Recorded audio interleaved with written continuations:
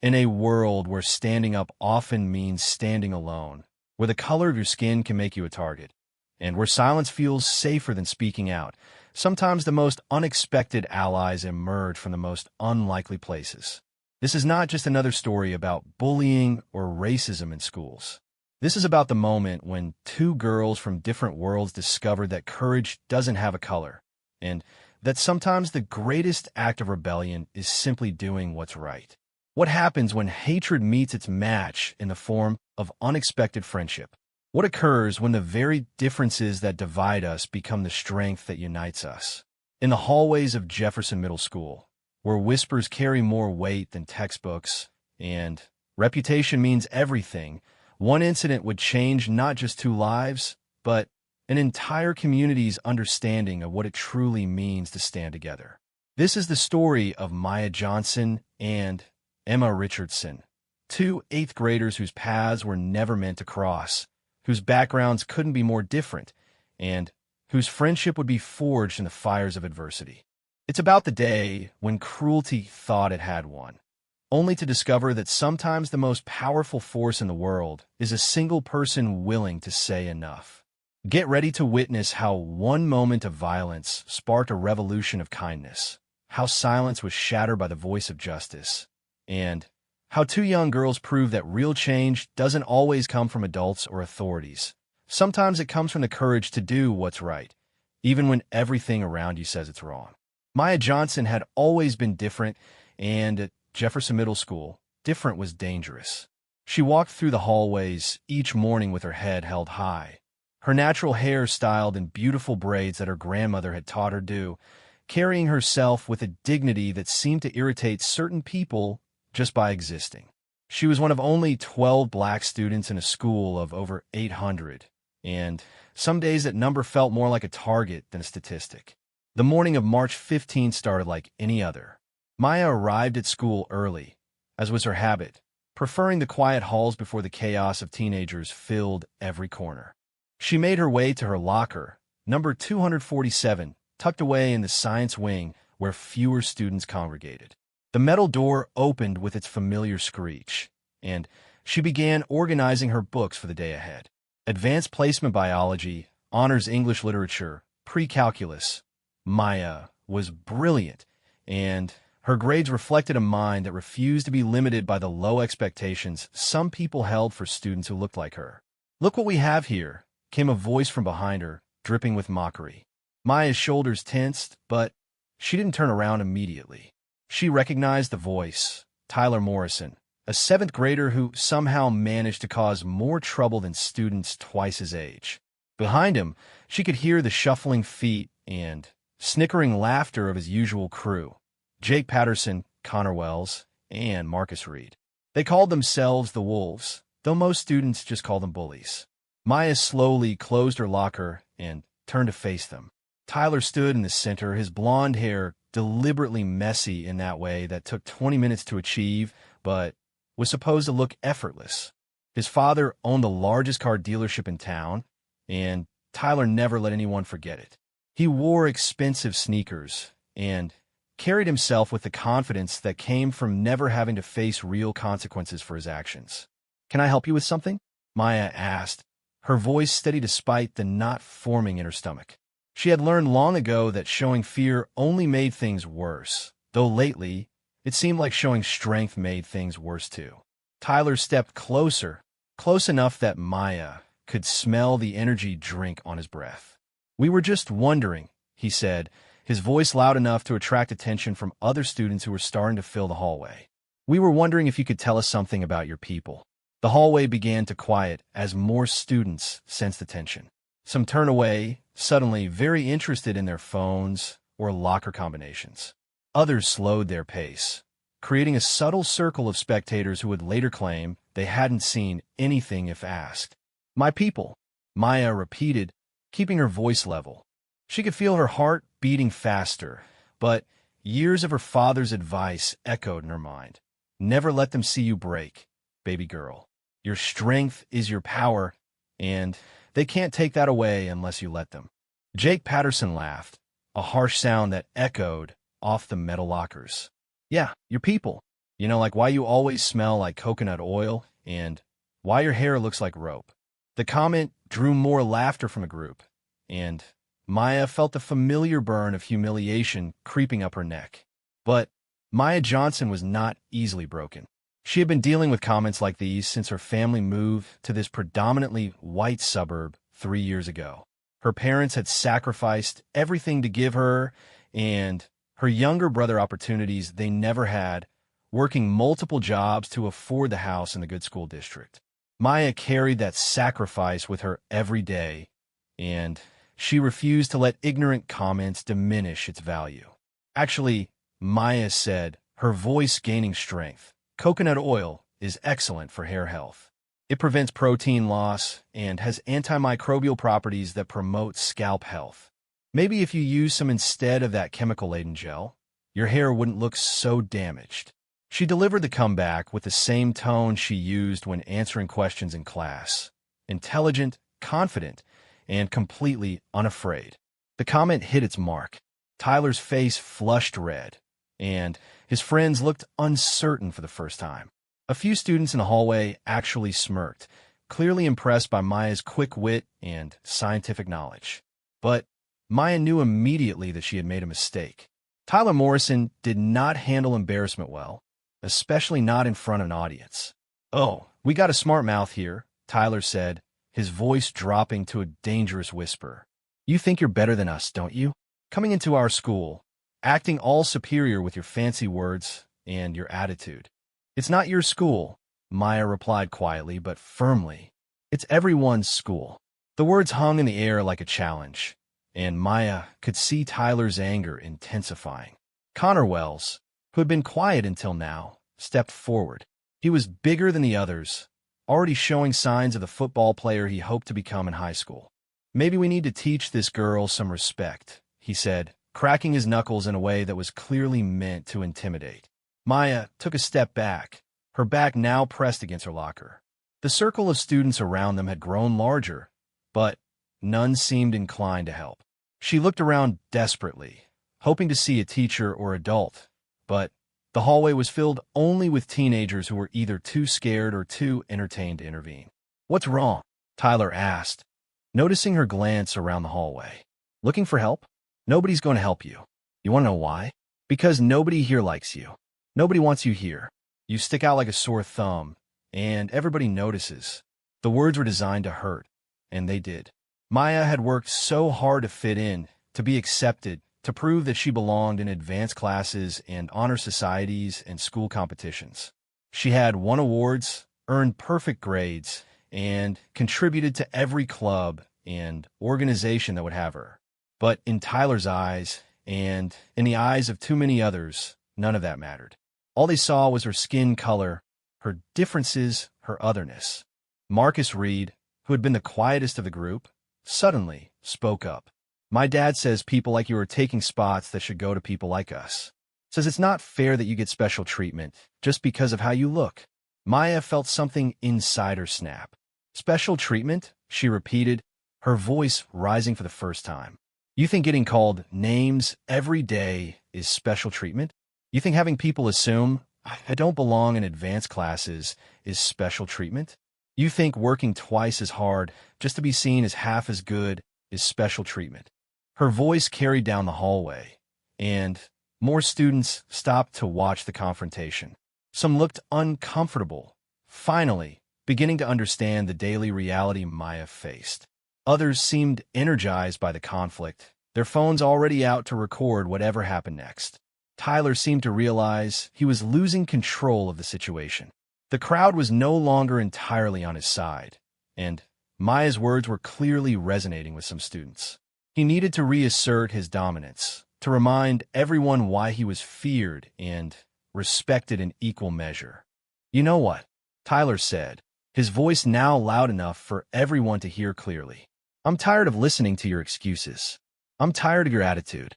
And I'm tired of having to look at you every day in my school." He stepped even closer to Maya, close enough that she could see the anger burning in his blue eyes.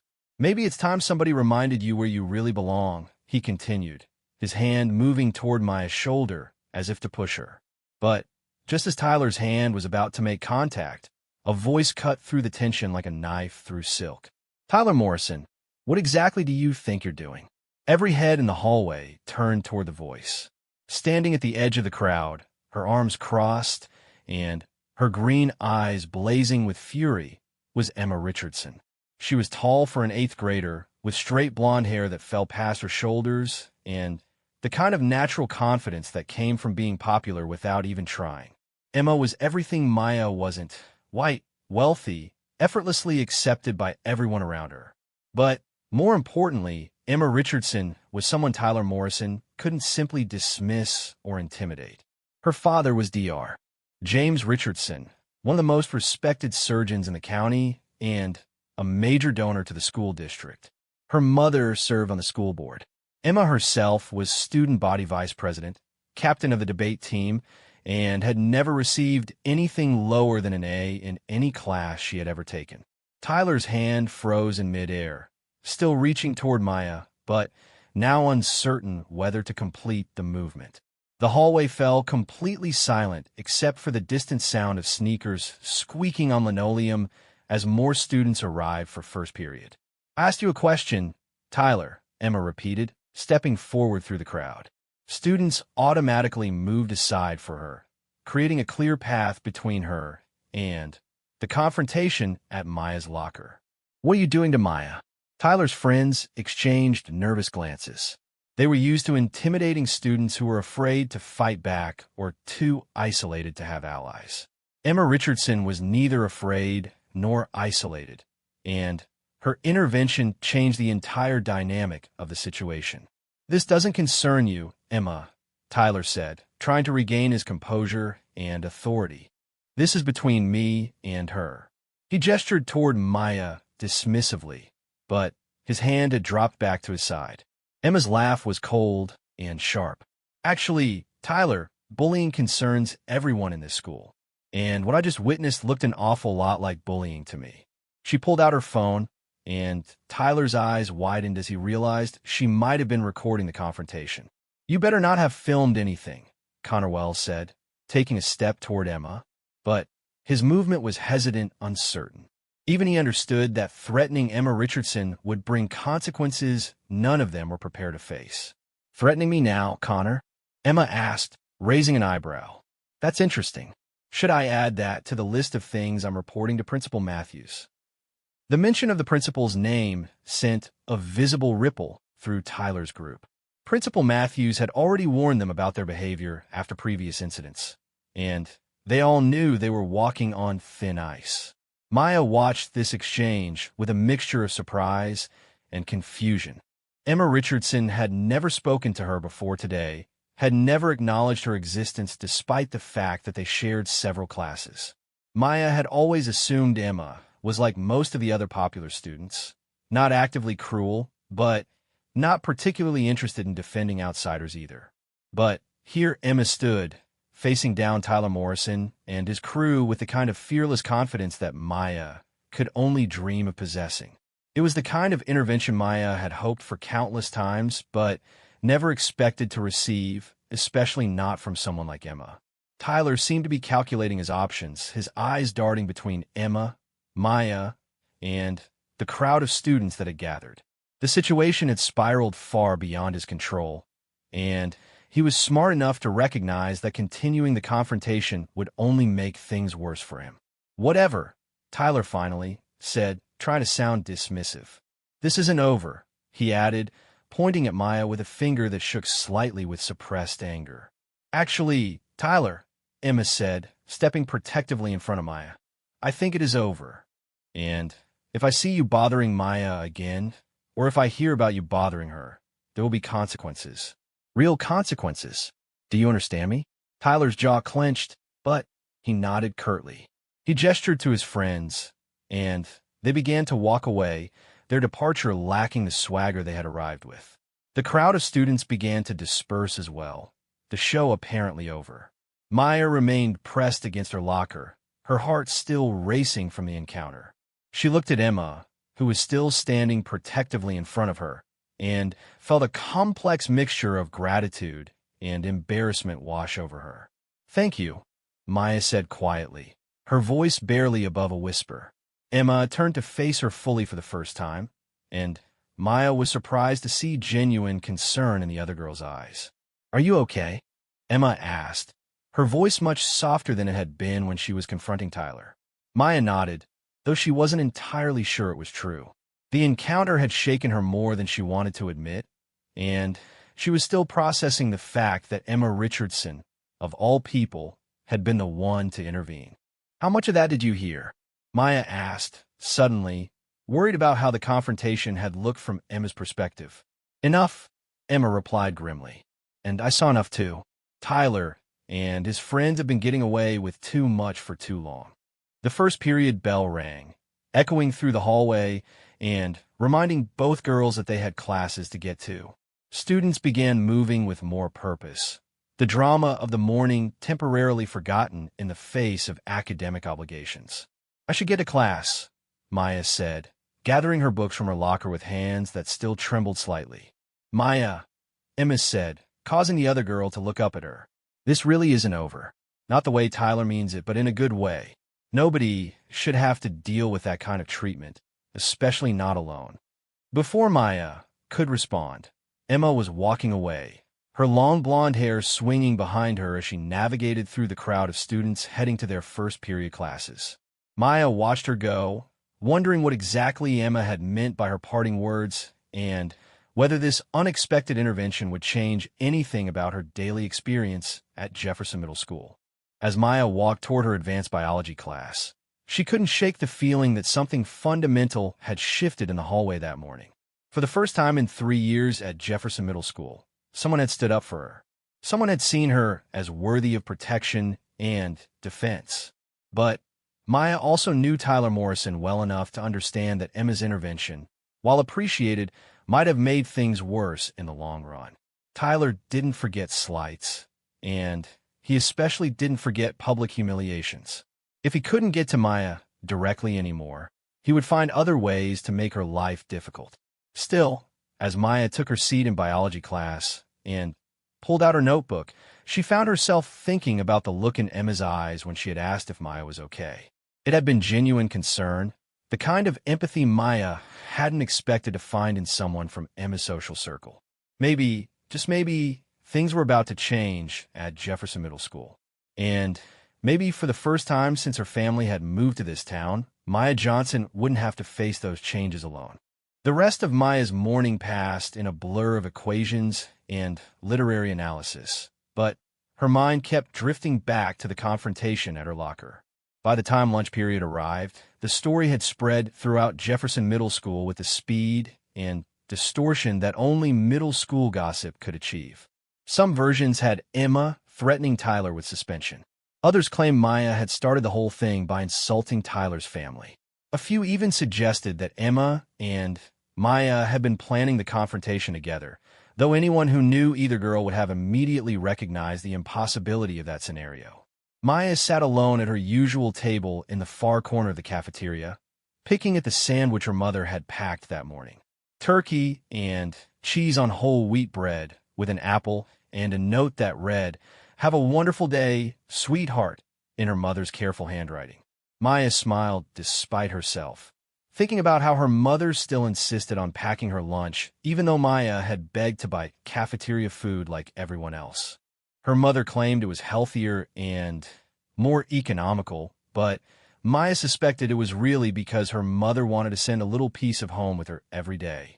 From her corner table, Maya could see the entire social geography of Jefferson Middle School laid out before her. The popular kids occupied the prime real estate in the center of the room, their tables pushed together to accommodate their large groups and loud conversations. The athletes clustered near the windows, their leather jackets and team shirts creating a sea of school colors. The theater kids had claimed a corner near the stage, their animated discussions about upcoming productions carrying across the room. The academic achievers, Maya's natural peers, sat in neat groups discussing homework and comparing test scores. And then there were the kids like Maya, the ones who didn't quite fit into any established category, who ate alone or in small, quiet groups, who had learned to find corners and claim the spaces others didn't want. Maya was so lost in her observations that she almost didn't notice Emma Richardson approaching her table. Almost. But the sudden hush that fell over nearby tables was impossible to miss, and Maya looked up to find Emma standing beside her chair, lunch tray in hand, and a determined expression on her face. "Is it okay if I sit here?"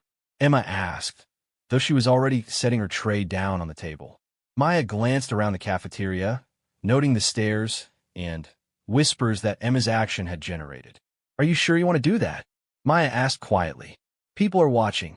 Emma followed Maya's gaze around the room, taking in the curious and sometimes hostile faces turned in their direction.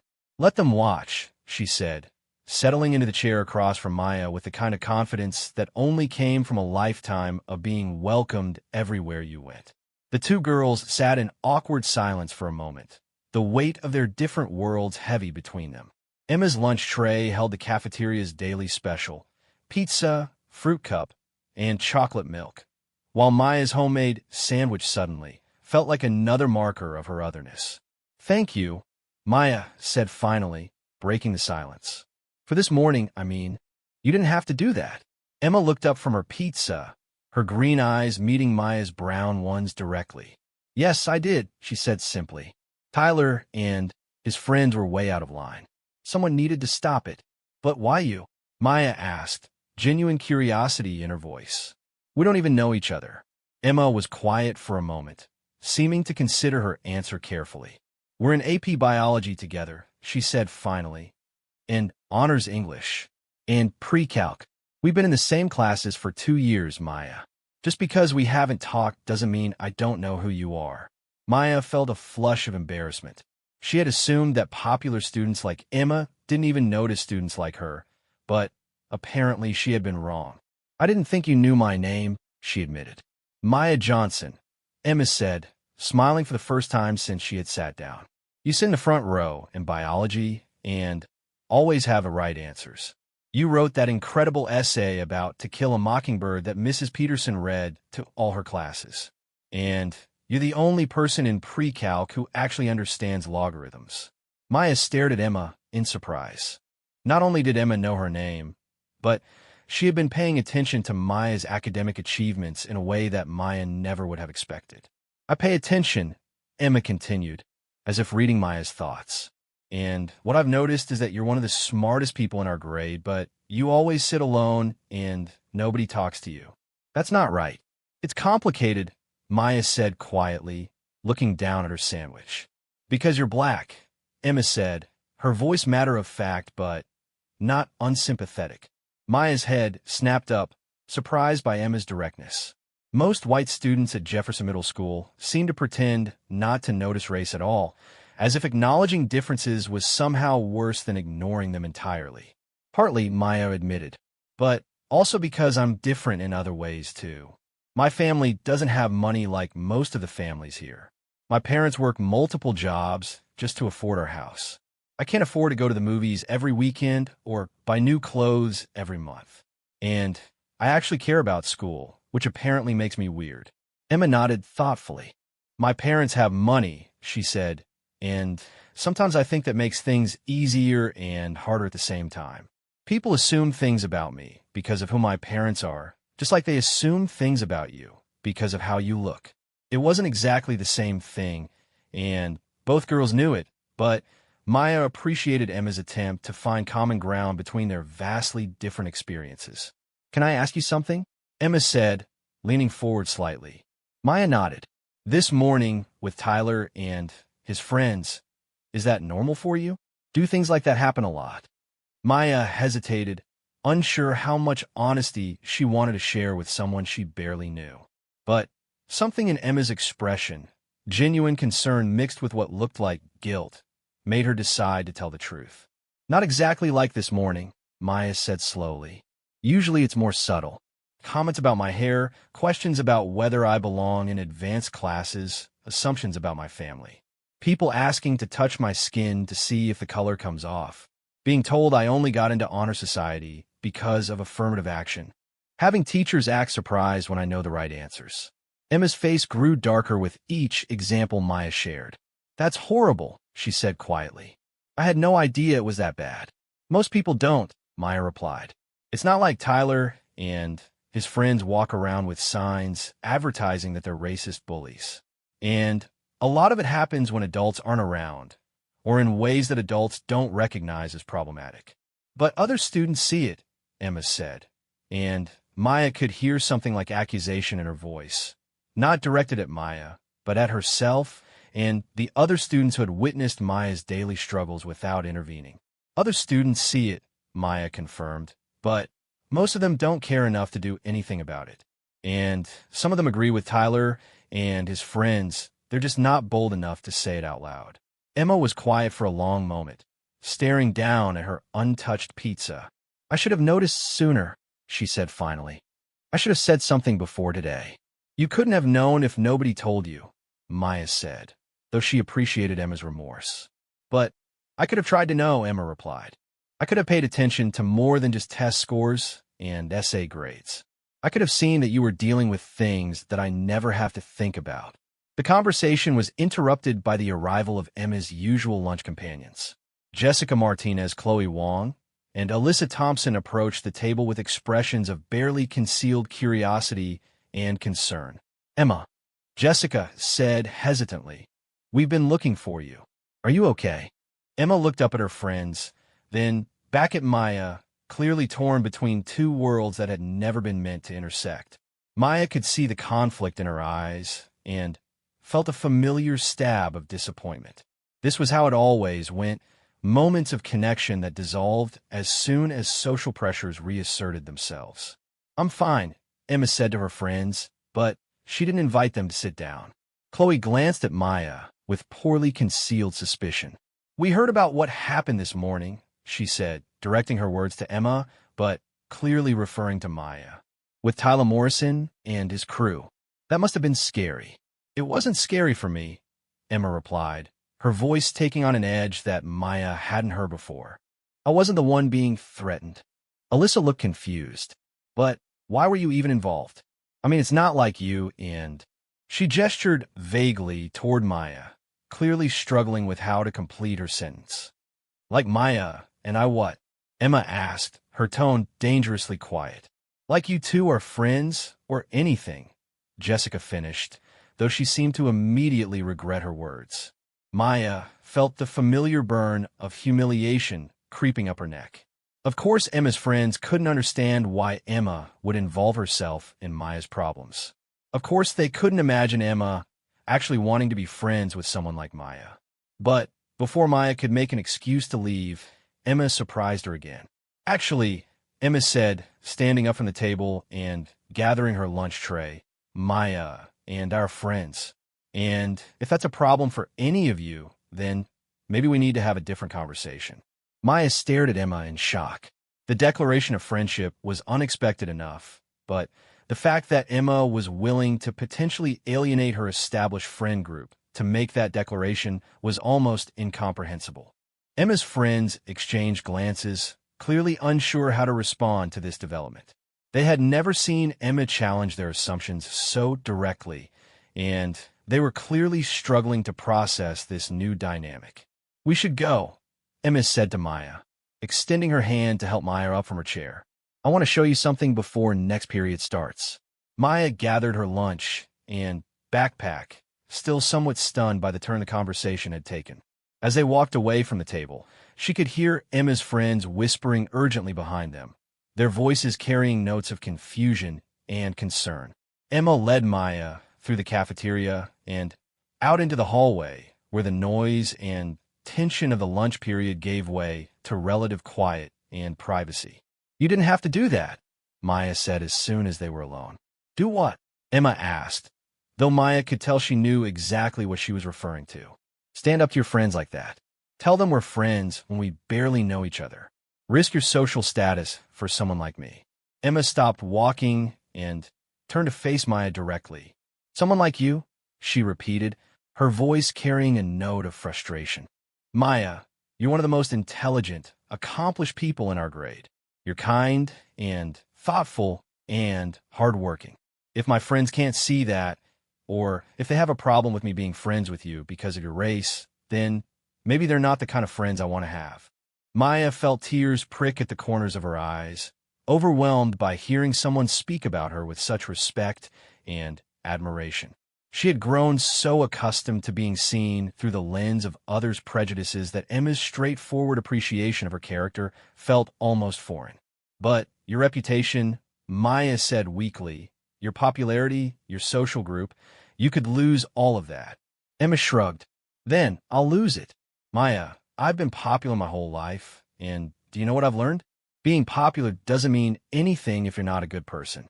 And good people don't stand by and watch others get bullied and humiliated because of their race. They had reached Emma's locker, and Emma began working on the combination while continuing to talk. Besides, she said, I think I've been friends with the wrong people for too long. People who care more about maintaining social hierarchies than about treating others with basic human decency. Maya watched Emma organize her books for afternoon classes, still trying to process the magnitude of what had just happened. In the space of a single lunch period, her entire social reality at Jefferson Middle School had shifted. For the first time since arriving at the school 3 years ago, she had an ally, and not just any ally, but one of the most influential students in their grade. What did you want to show me? Maya asked, remembering Emma's earlier comment. Emma smiled and pulled a folder from her locker. I'm working on a proposal for a new club, she said, handing Maya the folder to examine. A diversity and inclusion club focused on promoting understanding and acceptance across different groups in our school. Maya opened the folder and found herself looking at a carefully researched and thoughtfully written proposal for a student organization dedicated to addressing exactly the kinds of issues she faced every day at Jefferson Middle School. You wrote this? Maya asked, scanning through pages of statistics about bullying, research on inclusive education practices, and proposed activities for promoting cross-cultural understanding. I've been working on it for months, Emma admitted. Ever since I realized how many students at our school feel excluded or unwelcome because of their differences. But I knew I couldn't do it alone. I needed perspectives and experiences different from my own. Maya looked up from the proposal, beginning to understand where Emma was going with this conversation. I need a co-president, Emma continued. Someone who understands these issues from personal experience. Someone who can help me make sure we're actually making a difference instead of just making ourselves feel better. Maya felt her heart racing as she realized what Emma was asking. You want me to help you start this club? I want you to help me lead it, Emma corrected. As equals, co-presidents working together to change the culture at Jefferson Middle School. Maya stared down at the proposal in her hands, overwhelmed by the possibilities it represented. A chance to transform her daily experience from one of isolation and harassment into one of leadership and advocacy. A chance to ensure that future students who looked like her would find a more welcoming environment at Jefferson Middle School. But she was also terrified. Taking on a leadership role would make her even more visible, even more of a target for students like Tyler Morrison. And working so closely with Emma Richardson would inevitably attract more attention than Maya was comfortable with. I need to think about it, Maya said quietly. Of course, Emma replied, though Maya could hear the disappointment in her voice. Take as much time as you need. But, Maya, I really hope you'll say yes. I think we could do something important together. The warning bell for fifth period rang, signaling that students had 5 minutes to get to their next classes. Maya handed the proposal back to Emma, though her mind was still racing with possibilities and fears. Thank you for lunch, Maya said as they began walking toward their respective classrooms. And for this morning. And for... She gestured vaguely, struggling to find words for everything Emma had offered her in the space of a few hours. Thank you for giving me a chance, Emma replied. I know I don't deserve your trust right away, but I hope I can earn it. As Maya walked toward her fifth period American history class, she found herself thinking about the proposal Emma had shown her. The idea of a diversity and inclusion club was appealing, but more than that, the idea of not facing Jefferson Middle School's challenges alone anymore was almost overwhelming in its appeal. For 3 years, Maya had carried the weight of being different entirely by herself. She had endured the comments, the exclusion, the daily microaggressions with the kind of quiet dignity her parents had taught her, but also with an isolation that had sometimes felt crushing. Now, suddenly, she had been offered partnership, friendship, and the possibility of turning her painful experiences into positive change for future students. It was everything she had ever hoped for, which made her suspicious that it was too good to be true. But as Maya took her seat in history class and pulled out her notebook, she found herself thinking about the look in Emma's eyes when she had confronted Tyler Morrison that morning. There had been genuine anger there, real outrage at the injustice Maya was facing. That kind of emotion was difficult to fake, and Maya was beginning to believe that Emma's offer of friendship and partnership might be as authentic as it appeared to be. The question now was whether Maya was brave enough to accept it and everything it might mean for her future at Jefferson Middle School. 3 days had passed since Emma's intervention at Maya's locker, and the social dynamics at Jefferson Middle School were shifting in ways that no one could have predicted. Word of the confrontation had spread far beyond the initial witnesses, growing and changing with each retelling until the story had taken on an almost mythical quality. Some students spoke of it in hushed, admiring tones, impressed by Emma Richardson's willingness to stand up to Tyler Morrison's crew.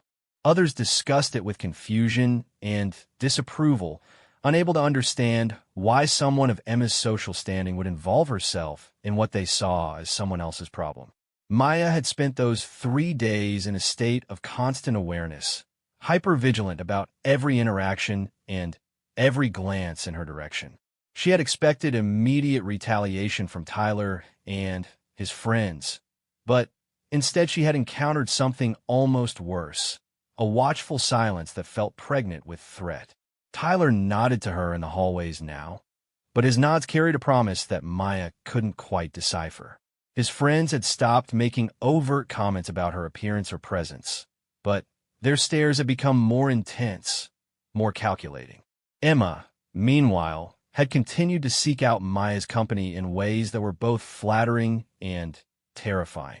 She had begun saving a seat for Maya in their shared classes, inviting her to sit together during study hall, and walking with her between classes when their schedules aligned. The attention was everything Maya had ever wanted from her peers, but it also made her feel exposed and vulnerable in ways she had never experienced before. On Thursday afternoon, Maya stood at her locker, gathering her books for the weekend, when she felt a presence behind her. She turned to find Emma approaching with her usual confident stride, but there was something different in her expression today, a mixture of excitement and nervousness that Maya had never seen before. "I did it," Emma announced without preamble, holding up an official-looking document with the Jefferson Middle School letterhead. "Did what?" Maya asked, though she had a sinking feeling she already knew the answer. "I submitted the proposal for the Diversity and Inclusion Club," Emma said, her voice bubbling with enthusiasm. "Principal Matthews approved it, and we can start meeting next week." "Maya, we're really going to do this?" Maya stared at the approval letter in Emma's hands, feeling a complex mixture of emotions wash over her. Part of her was thrilled by the opportunity the club represented, a chance to address the issues she faced daily, to create change, to transform Jefferson Middle School into a more welcoming place for students like herself. But a larger part of her was terrified by the implications of Emma's unilateral action. "You submitted it without talking to me first," Maya said quietly, her voice carefully controlled. Emma's enthusiasm dimmed as she registered the tone in Maya's voice. "I thought you'd be excited," she said, confusion evident in her expression. "This is what we talked about. This is our chance to make a real difference." "We talked about it," Maya agreed, "but I never said yes. I told you I needed time to think about it." Emma's face flushed as she realized her mistake. "I'm sorry," she said quickly. "I was just so excited about the possibility, and I knew that if we waited too long, we might lose momentum. I thought once you saw that it was really happening, you'd want to be part of it." Maya closed her locker and turned to face Emma fully. "Emma, do you understand what this means for me?" What kind of attention this is going to bring? What kind of target this puts on my back? What do you mean? Emma asked, though Maya could see understanding beginning to dawn in her eyes. I mean that starting a diversity and inclusion club makes a statement about what we think is wrong with this school, Maya explained patiently. It puts us in direct opposition to people like Tyler Morrison and everyone who agrees with him. It makes us visible in ways that might not be safe. Emma was quiet for a moment, processing Maya's concerns. Are you saying you don't want to do it? She asked finally. Maya sighed, feeling the weight of the decision pressing down on her. I'm saying that for you. This club is a choice. If it doesn't work out, if people get angry, if there's backlash, you can walk away. Your family has money and influence and connections. You'll be fine no matter what happens. She paused, gathering courage for what she needed to say next. But for me, this isn't just a choice. It's a risk. If this goes badly, I can't just blend back into the popular crowd. I don't have anywhere to go except exactly where I am now. Except now, I'll have made enemies of people who were just ignoring me before. Emma's expression grew serious as she began to understand the full implications of what she had set in motion. Maya, I promise you don't have to do this alone. Whatever happens, I'll be right there with you. But what if you change your mind? Maya asked, voicing her deepest fear. What if it gets too hard or too complicated, or your parents get upset, or your friends turn against you? What if you decide that standing up for me isn't worth what it costs you?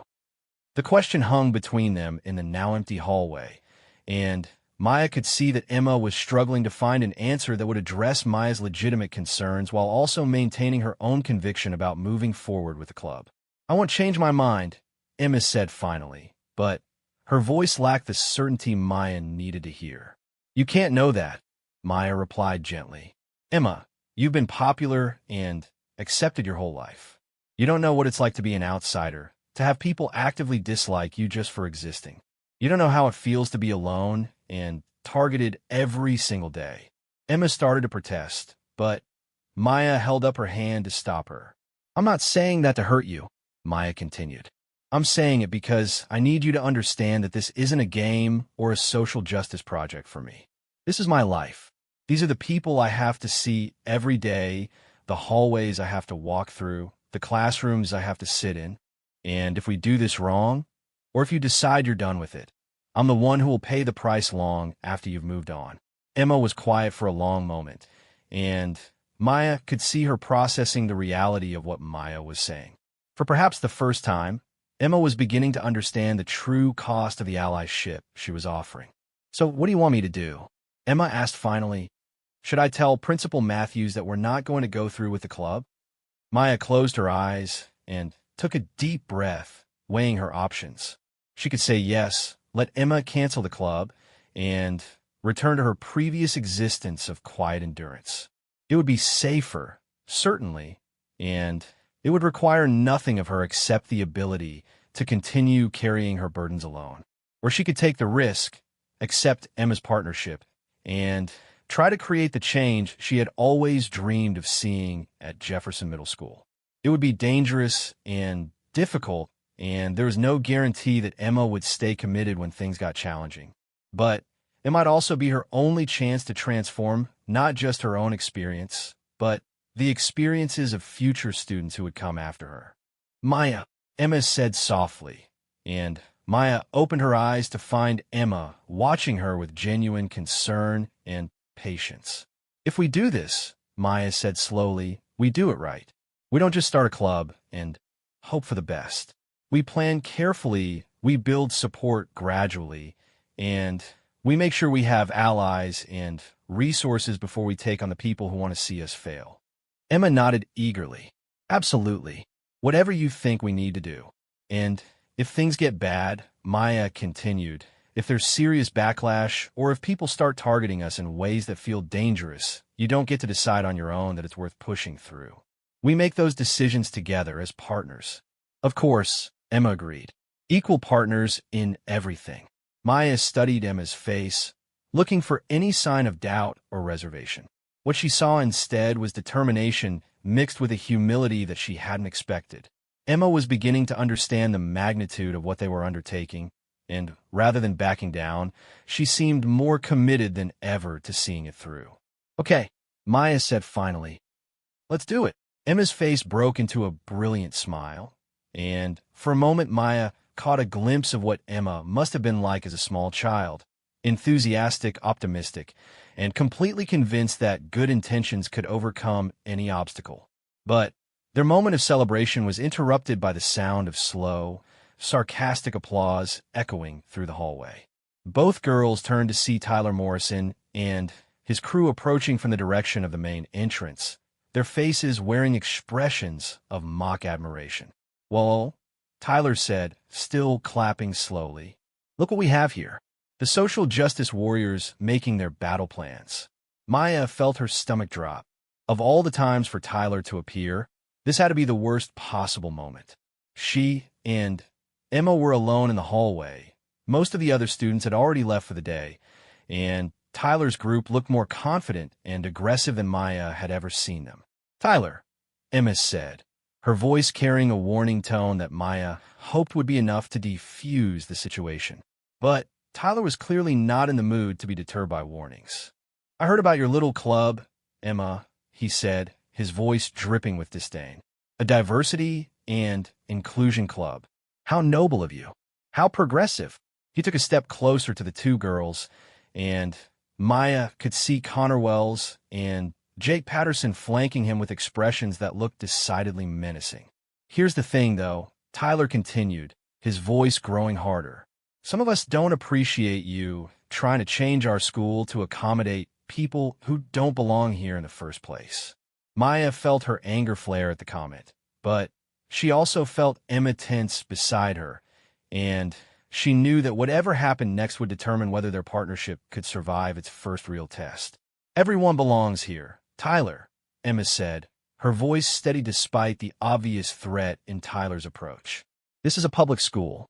It belongs to all of us equally." Tyler laughed, but it was a cold, unpleasant sound. "Is that what you think? You think because your daddy makes donations to the school board, you get to decide how things work around here? You think you can just waltz in and change everything to make your new best friend feel better about herself?" He turned his attention directly to Maya, and she could see hatred burning in his eyes with an intensity that actually frightened her. "And you," he said, pointing a finger directly at Maya's face, "you think you can hide behind your rich white friend and cause trouble for people who've been here longer than you have? You think you can make us look like the bad guys just because we don't want to pretend that everything is sunshine and rainbows?" Maya found her voice despite her fear. "I'm not trying to cause trouble for anyone, Tyler. I'm just trying to exist in the same school as everyone else." "Just trying to exist?" Tyler repeated mockingly. "Is that what you call it when you get special treatment in classes? When you get opportunities that should go to people who actually belong in this community? When you act like everyone else is racist just because they notice that you're different?" Emma stepped forward, moving partially in front of Maya. "Tyler, you need to stop this right now. You're being completely inappropriate. And if you don't back off, I'm going to report this conversation to Principal Matthews." Tyler's expression grew more dangerous. "You're going to report me? For having conversation? For expressing my opinions? I thought your little club was all about inclusion and diversity of thought, Emma. Doesn't that include people who disagree with you?" Maya could see that Tyler was trying to trap Emma in some kind of logical inconsistency, but she could also see that his anger was escalating beyond the bounds of rational argument.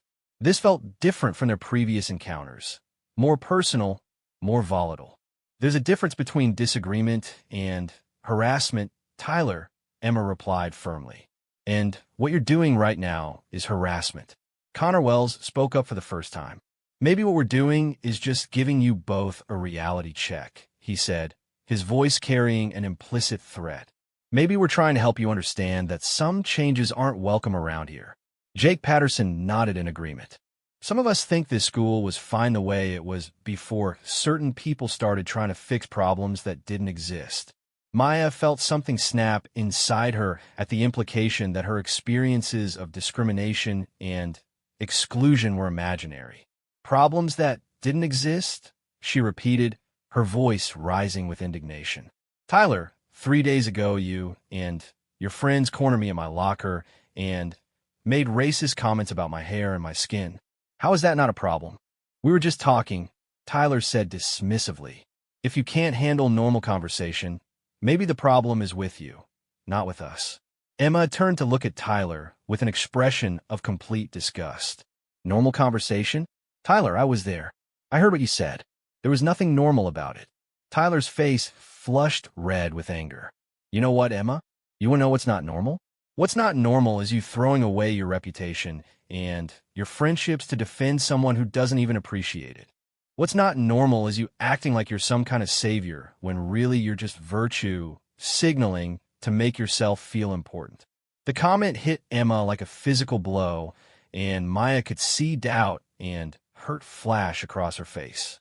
Tyler had found Emma's weakness, her fear that her motivations weren't as pure as she wanted them to be, that she was acting out of white guilt or a desire for moral superiority rather than genuine care for Maya's well-being. But before Emma could respond, Maya stepped forward, her own anger now overriding her fear. "Don't you dare," Maya said, her voice shaking with fury. "Don't you dare try to twist Emma's kindness into something selfish. Don't you dare imply that standing up for what's right is just virtue signaling. And don't you dare suggest that I don't appreciate having someone in this school who actually sees me as a human being deserving of basic respect." Tyler turned his full attention back to Maya, and she could see that her defense of Emma had surprised him. "Oh, so now you're going to lecture me about respect?" he said. "You, who came into our school and immediately started acting like you were better than everyone else? You who take spots in advanced classes that should go to students whose families built this community." Maya felt tears of frustration burning behind her eyes, but she refused to let Tyler see her cry. "I earned my spot in those classes, Tyler. I earned it with grades and test scores and hard work, just like everyone else." "Did you, though?" Tyler asked, his voice carrying a note of cruel satisfaction. "Or did you get special consideration because the school needs to meet certain diversity quotas? Did you get help that other students didn't get? Did you get the benefit of the doubt in ways that others wouldn't?" The accusations were like physical blows, attacking not just Maya's achievements, but her sense of self-worth. She had worked so hard to prove herself, to demonstrate that she belonged in advanced classes through merit alone, and Tyler was trying to undermine all of that with unfounded suggestions about preferential treatment.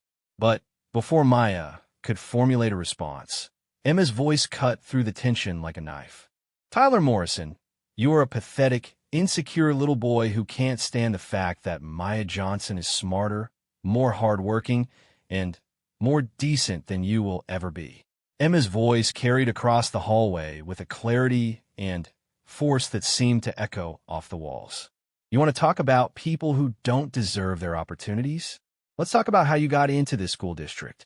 Let's talk about how your father's donations to the school board guaranteed your placement in advanced classes despite your mediocre grades. Let's talk about how you've never faced a real challenge in your life because your family's money has always smoothed the way for you." Tyler's face went white, then red, then white again as Emma continued her verbal assault. "Maya has earned everything she has through talent and hard work," Emma continued, her voice growing stronger with each word. "She maintains a 4.0 GPA while dealing with harassment from students like you every single day.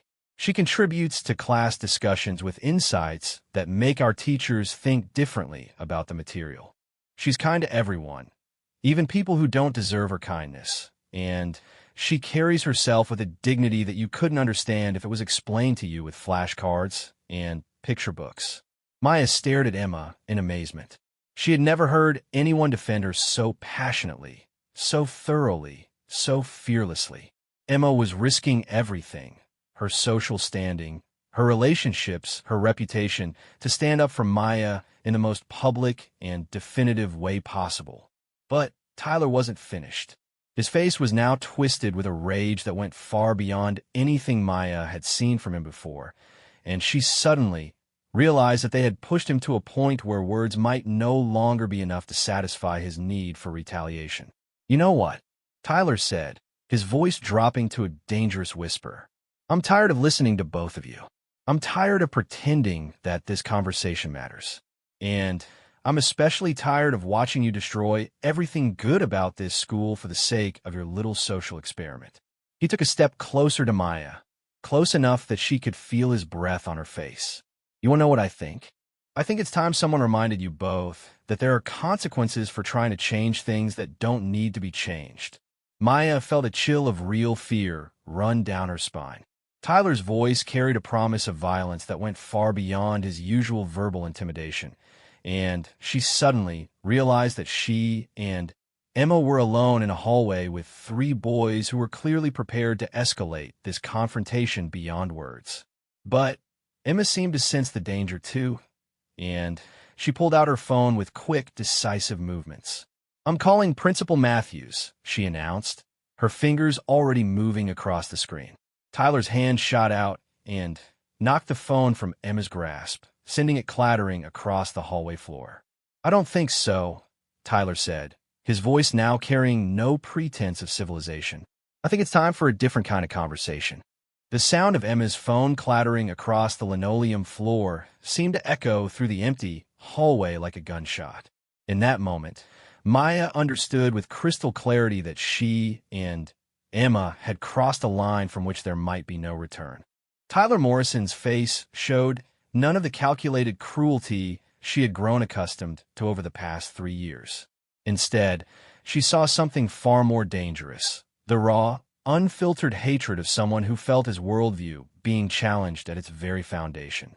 Connor Wells and Jake Patterson moved to flank Tyler, forming a semicircle that effectively trapped Maya and Emma against the lockers.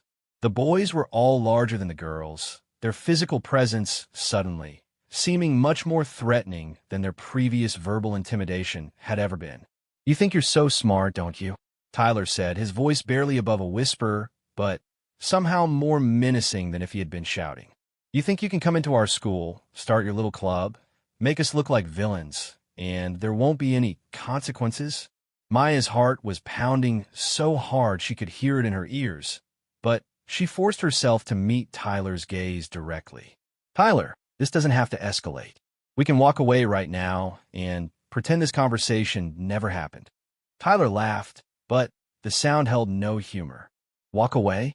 You think I'm going to let you walk away after what she just said to me? He gestured toward Emma with barely contained fury. After she tried to humiliate me in front of everyone? After you both decided that I'm the problem that needs to be fixed at Jefferson Middle School? Emma, who had been staring at her phone on the floor several feet away, slowly raised her eyes to meet Tyler's. Maya was surprised to see that Emma's fear seemed to be transforming into something else, a cold, determined anger that Maya had never witnessed before. You are the problem, Tyler, Emma said quietly, her voice steady despite the obvious danger they were facing. You and your friends are exactly the problem that Maya and are trying to address. You're the reason students like Maya can't feel safe in their own school. You're the reason we need a diversity and inclusion club in the first place. Connor Wells took a step closer to Emma.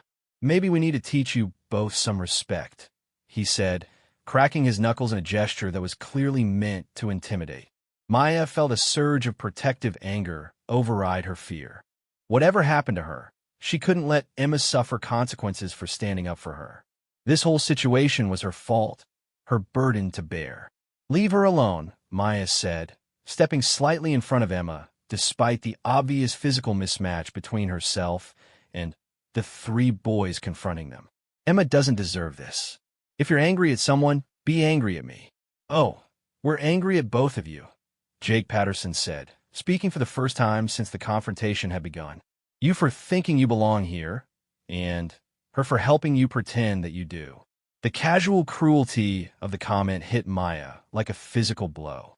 After 3 years of fighting to prove herself, 3 years of academic excellence and perfect behavior, 3 years of trying to earn acceptance through merit and kindness, she was still seen by students like Tyler and his friends as an intruder who didn't belong. But before Maya could respond to Jake's comment, Emma's voice cut through the tension with a clarity that surprised everyone present. You know what the really pathetic thing is?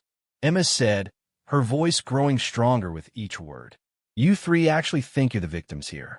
You actually believe that Maya's presence in your advanced classes somehow diminishes your own achievements. You actually think that having to treat someone with basic human decency is some kind of oppression. Tyler's face flushed darker with anger. Shut up, Emma. You have no idea what you're talking about. I have every idea what I'm talking about, Emma continued, and Maya could see that Emma had reached some kind of decision point, some moment of absolute clarity about where she stood and what she was willing to risk for her convictions. I've watched you and your friends for 3 years, Emma said, taking a step forward despite the obvious physical threat the boys represented. I've watched you make Maya's life miserable with your comments and your stares and your casual cruelty. I've watched you act like decent human beings around adults and then turn into monsters the moment you think no one is watching. Emma's voice began to rise, carrying down the hallway with an authority that Maya had never heard from her before. And do you know what the worst part is? You're not even good at being bullies. You're not clever or sophisticated or particularly effective. You're just mean and small and threatened by anyone who might be smarter or more hardworking than you are. Tyler's fists clenched at his sides, and Maya could see that Emma was pushing him toward a breaking point that could result in real violence. She wanted to warn Emma to stop, to pull back, to find a way to defuse the situation before someone got seriously hurt. But Emma wasn't finished. Maya Johnson has more intelligence, more character, and more genuine worth in her little finger than the three of you have combined, Emma said, her voice now carrying across the entire hallway. And if you can't see that, if you can't recognize her value as a person and as a member of this school community, then you're not just bullies, you're failures as human beings. The words hung in the air like a challenge, and Maya could see that Tyler had reached his limit. His face was twisted with rage, his fists were clenched so tightly that his knuckles had turned white, and his entire body was tense for action. That's enough, Tyler said, his voice barely human. I've listened to enough of your self-righteous garbage. It's time someone taught both of you what happens when you try to change things that are working just fine. He took a step toward Maya, his intention clear, and Maya braced herself for whatever was about to happen. She had never been in a physical fight before, had never imagined herself in a situation where violence seemed inevitable. But she found herself thinking about her parents, about their sacrifices to give her opportunities at schools like Jefferson Middle School, and she knew she wouldn't back down even if it meant getting hurt. But just as Tyler raised his hand, just as Maya closed her eyes and prepared for the impact, a new voice echoed down the hallway with the authority of absolute command. Tyler Morrison, Connor Wells, Jake Patterson, step away from those girls immediately. Maya's eyes snapped open to see Principal Matthews striding down the hallway, his face dark with fury and his voice carrying the kind of authority that made even the most defiant students comply without question. Behind him came Coach Rodriguez, the physical education teacher whose presence added an extra layer of deterrent to any thoughts the boys might have had about continuing their aggression. Tyler's hand froze in midair, and Maya could see the exact moment when he realized that their confrontation had been discovered by the two adults in the school who had the most power to make his life difficult. I said step away, Principal Matthews repeated, his voice growing harder. Now, the three boys slowly backed away from Maya and Emma, their aggressive postures deflating as they realized the magnitude of the trouble they were now facing. Principal Matthews approached the group with the measured pace of someone who is absolutely in control of the situation. Ms. Richardson, Ms. Johnson, are either of you hurt? Principal Matthews asked, his voice softening as he addressed the two girls. No, sir, Emma replied, though Maya could hear the slight tremor in her voice that revealed how frightened she had actually been. We're fine, Maya added, though she wasn't entirely sure that was true. Her heart was still racing, her hands were shaking slightly, and she felt emotionally drained by the intensity of the confrontation. Principal Matthews nodded, then turned his attention back to Tyler and his friends. Gentlemen, I want you to walk to my office and sit in the chairs outside my door. Do not speak to each other, do not speak to anyone else, and do not even think about leaving this building until I get there to speak with you. Do you understand me?" The three boys nodded silently. Their earlier bravado completely evaporated in the face of administrative authority. "Coach Rodriguez will escort you to make sure you don't get lost," Principal Matthews added, and Maya could see Tyler wince at the implication that they couldn't be trusted to follow simple directions. As the boys walked away under Coach Rodriguez's watchful eye, Principal Matthews turned back to Maya and Emma with an expression of concern mixed with frustration. "Now," he said, "I want both of you to tell me exactly what happened here, and I want you to tell me the truth. Start from the beginning, and don't leave anything out." Maya and Emma exchanged glances, and Maya could see that Emma was struggling with how much of their conversation to reveal. The discussion about their diversity and inclusion club, the verbal attacks on Maya's worthiness to attend Jefferson Middle School, Emma's passionate defense of Maya's character. All of it felt too personal, too revealing to share with an adult, even one who was clearly trying to help them. But Emma seemed to reach a decision, and she began to speak with the same clarity and courage she had shown during the confrontation. It started when Tyler and his friends approached us while we were talking about the new club we're starting, Emma said. They made it clear that they disapproved of the diversity and inclusion club, and they began making racist comments directed at Maya. Principal Matthews' expression grew darker as Emma continued her account. Maya found herself impressed by Emma's ability to recount the events accurately without editorializing or dramatizing what had happened. Tyler told Maya that she didn't belong at Jefferson Middle School, Emma continued. He suggested that she had received special treatment in her classes because of her race, and he implied that her academic achievements weren't earned through merit. Maya watched Principal Matthews' face as Emma spoke, and she could see genuine anger building in his expression. Principal Matthews had always been fair to Maya during her 3 years at Jefferson Middle School, but she had never been sure whether he truly understood the daily challenges she faced or whether he simply saw her as another student to manage. Then, Tyler became physically aggressive. Emma continued, her voice growing stronger as she reached the climax of her account. "He knocked my phone out of my hand when I tried to call for help, and he and his friends surrounded us against the lockers." Tyler raised his hand as if he was going to hit Maya when you arrived. Principal Matthews was quiet for a long moment, processing Emma's account and clearly struggling with his own anger at what the girls had experienced. "Maya," he said finally, "is Emma's account accurate? Is there anything you would add or change?" Maya hesitated, thinking about Tyler's specific comments about her race, her worthiness to attend Jefferson Middle School, and his suggestions that she had received preferential treatment in her classes. Part of her wanted to minimize what had happened, to downplay the racial dimension of Tyler's harassment in order to avoid making the situation more complicated than it needed to be. But she looked at Emma, who had risked everything to defend her, and she realized that minimizing Tyler's behavior would be a betrayal of Emma's courage and a disservice to other students who might face similar harassment in the future. "It's accurate," Maya said quietly. "But, Principal Matthews, there's something else you should know. This wasn't the first time Tyler and his friends have harassed me. It's been happening regularly for 3 years, just never this severely, and never with witnesses who were willing to speak up."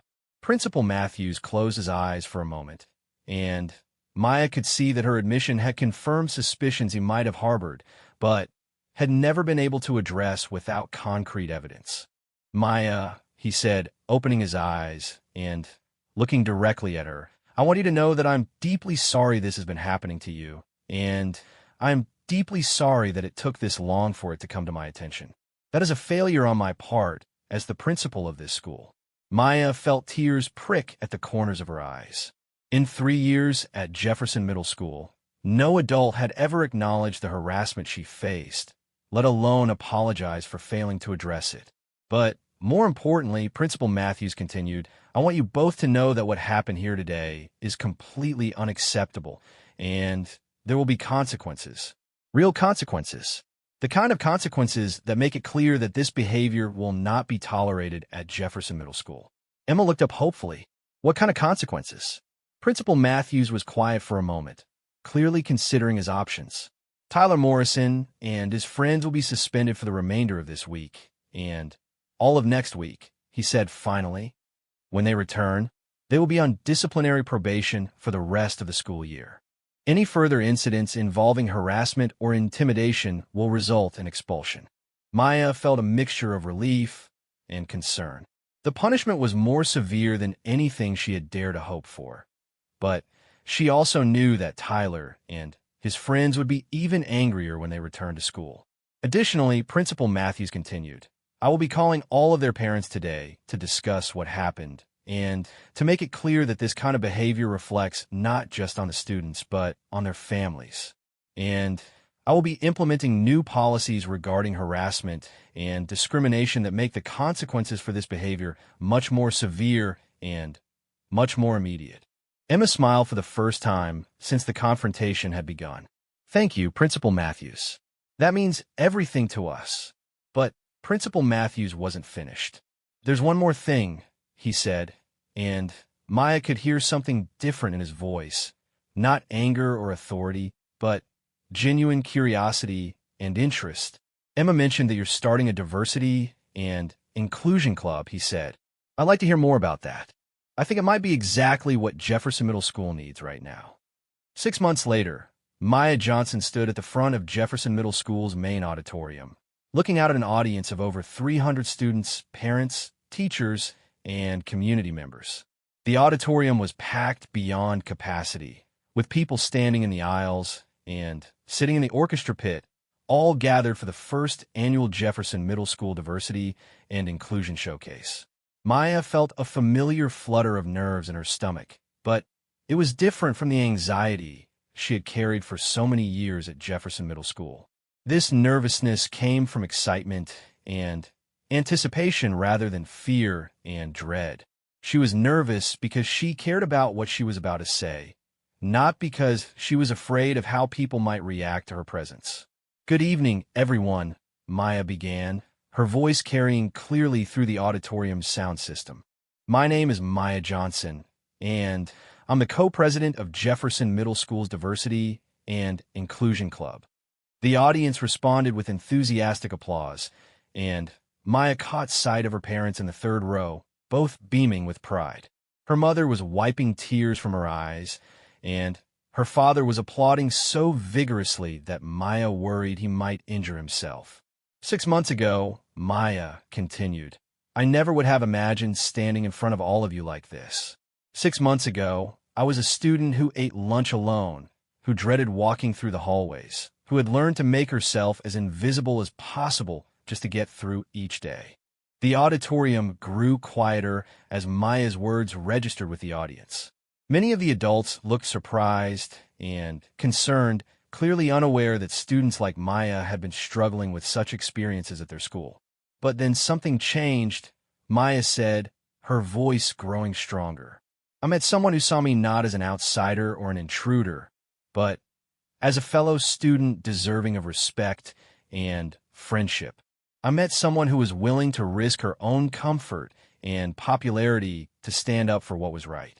Maya turned to smile at Emma Richardson, who was sitting in the front row with the other club officers and student speakers. Emma smiled back, giving Maya an encouraging nod. Emma Richardson could have ignored the harassment I was facing, Maya continued. She could have decided that it wasn't her problem, that it wasn't her responsibility to get involved. She could have chosen the easier path of silence and inaction. The audience was completely silent now, hanging on Maya's every word. But Emma made a different choice. She chose courage over comfort. She chose justice over popularity. She chose to be an ally, even when she didn't fully understand what that would cost her or what it would require of her.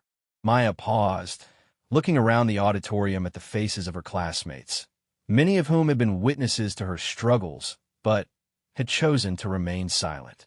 The Diversity and Inclusion Club isn't just about celebrating different cultures, although we do that, Maya continued. It isn't just about having conversations about race and identity, although we do that too. The club is about something much more fundamental. It's about creating a school where every student feels valued, respected, and included. She gestured toward the displays that have been set up around the auditorium, showcasing the club's activities over the past 6 months. There were photographs from cultural celebration events, essays written by club members about their experiences, artwork created by students exploring themes of identity and belonging, and statistics showing improvements in school climate since the club's formation. We've accomplished a lot in 6 months, Maya said. We've hosted events that brought together students from different backgrounds. We've facilitated conversations that help people understand perspectives different from their own. We've created support networks for students who were struggling with discrimination or exclusion. The pride in Maya's voice was evident, and the audience responded with another round of applause. But our most important accomplishment, Maya continued, is that we've proven something that many people doubted. We've proven that middle school students are capable of addressing difficult issues with maturity and wisdom. We've proven that young people can be leaders in creating positive change.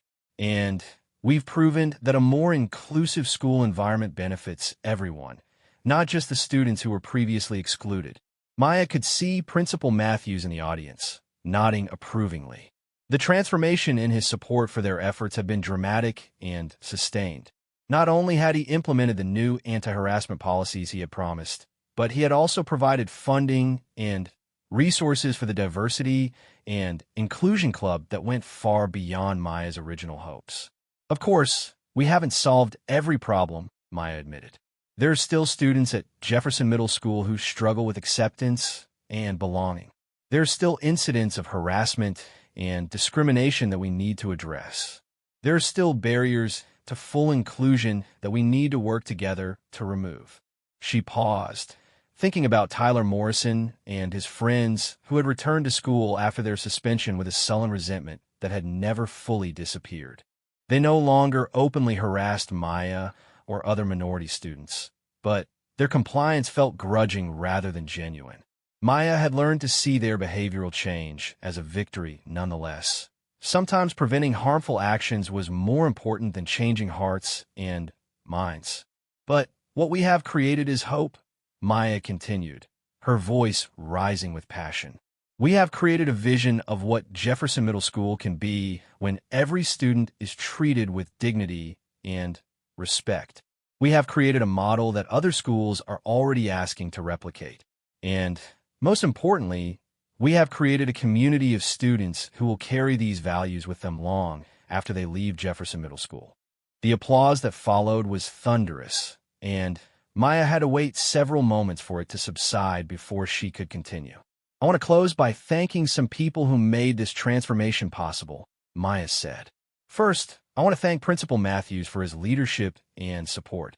When we brought him our concerns and our proposals, he didn't dismiss us or tell us we were too young to understand complex social issues. Instead, he listened to us, he believed in us, and he gave us the resources we needed to succeed. Principal Matthews stood and waved to acknowledge the applause directed at him, and Maya could see genuine emotion in his expression. I want to thank the teachers who became faculty advisors for our club, who gave up their time to help us plan events and facilitate difficult conversations. I want to thank the parents who supported our efforts and helped us understand how to build bridges between the school and the broader community. Maya's gaze found her own parents again, and she felt overwhelmed by gratitude for their unwavering support throughout her struggles and her eventual success. I want to thank the students who joined our club, who participated in our events, who had the courage to share their own experiences and to listen to the experiences of others. Creating change is never a solo effort. It requires a community of people willing to work together towards shared goals. The student members of the Diversity and Inclusion Club, scattered throughout the audience, began standing and applauding each other, creating a wave of recognition that spread through the auditorium. But most of all, Maya said, her voice growing softer and more personal. I want to thank my co-president and partner in this work, Emma Richardson. Emma looked surprised as the spotlight turned to her, clearly not expecting to be singled out in this way. Emma, Maya continued, looking directly at her friend, you changed my life by seeing me as a person worthy of friendship and respect. You changed Jefferson Middle School by refusing to accept that harassment and discrimination were just part of the normal middle school experience. And you changed yourself by choosing to step outside your comfort zone and learn about experiences very different from your own. Emma was crying now, tears streaming down her face as she realized the impact of her decision to intervene that day at Maya's locker. The partnership between Emma and me hasn't always been easy, Maya admitted. We come from very different backgrounds, and we sometimes see issues from different perspectives. Emma has had to learn about experiences she never faced herself, and I've had to learn to trust someone whose life has been very different from mine. Maya paused, thinking about the long conversations she and Emma had shared over the past 6 months. Conversations about privilege and racism, about friendship and loyalty, about the responsibilities that come with leadership and the courage required to maintain it. But what we've learned is that meaningful partnerships aren't built on similarity. They're built on mutual respect, shared values, and a willingness to grow and change together. Emma and I may come from different worlds, but we share a commitment to justice, inclusion, and the belief that every student deserves to feel safe and valued at school. The audience rose to their feet in a sustained ovation, and Maya felt overwhelmed by the magnitude of what they had accomplished together. 6 months ago, she had been an isolated student facing harassment alone.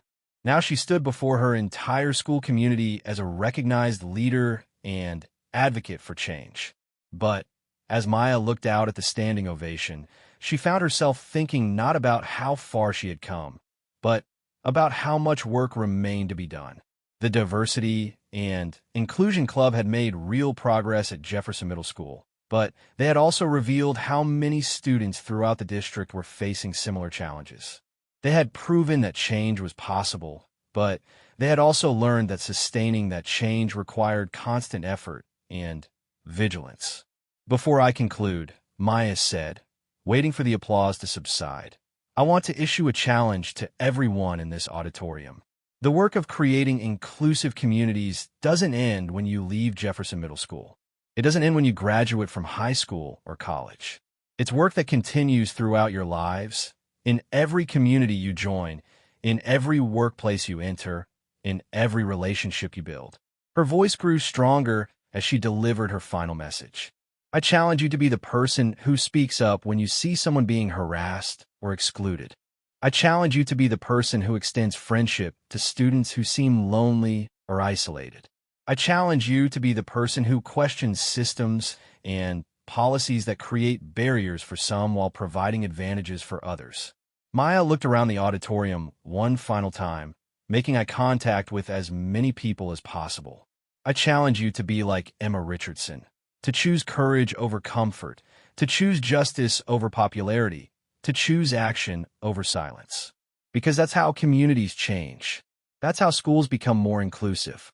That's how the world becomes more just. One person at a time, one choice at a time, one act of courage at a time. The final applause was deafening, and Maya felt a profound sense of accomplishment as she stepped away from the podium. She had found her voice, her purpose, and her power. More importantly, she had found a partner and friend who would stand with her as they continued the work of creating change. As Maya rejoined Emma and the other club officers at the front of the auditorium, Emma grabbed her hand and squeezed it tightly. "We did it," Emma whispered, her voice still thick with tears. "No," Maya replied, squeezing back. "We started it. The real work is just beginning." And as Maya looked out at the audience, students, parents, teachers, and community members all united in their commitment to making Jefferson Middle School a more inclusive place, she knew that Emma was right. They had done something remarkable. But more than that, they had proven something that would echo far beyond the walls of their middle school. They had proven that friendship has no color. They had proven that courage is contagious. They had proven that two young people working together with shared values and unwavering determination could transform not just their own lives, but the entire community around them. And they had proven that sometimes the most powerful force for change isn't found in the actions of adults or authorities, but in the simple decision of one person to stand up and say this isn't right, and the equally simple decision of another person to stand up beside them and say you're not alone. Maya Johnson and Emma Richardson had changed Jefferson Middle School forever. But more importantly, Jefferson Middle School had changed them, forging a friendship that would last a lifetime and creating leaders who would continue fighting for justice and inclusion long after they walked across their graduation stages. Their story had begun with bullying and hatred, but it had become something much more powerful, a testament to the transformative power of unexpected friendship, unwavering courage, and the unshakable belief that every person deserves to be treated with dignity and respect. And in the end, that was the most important lesson of all.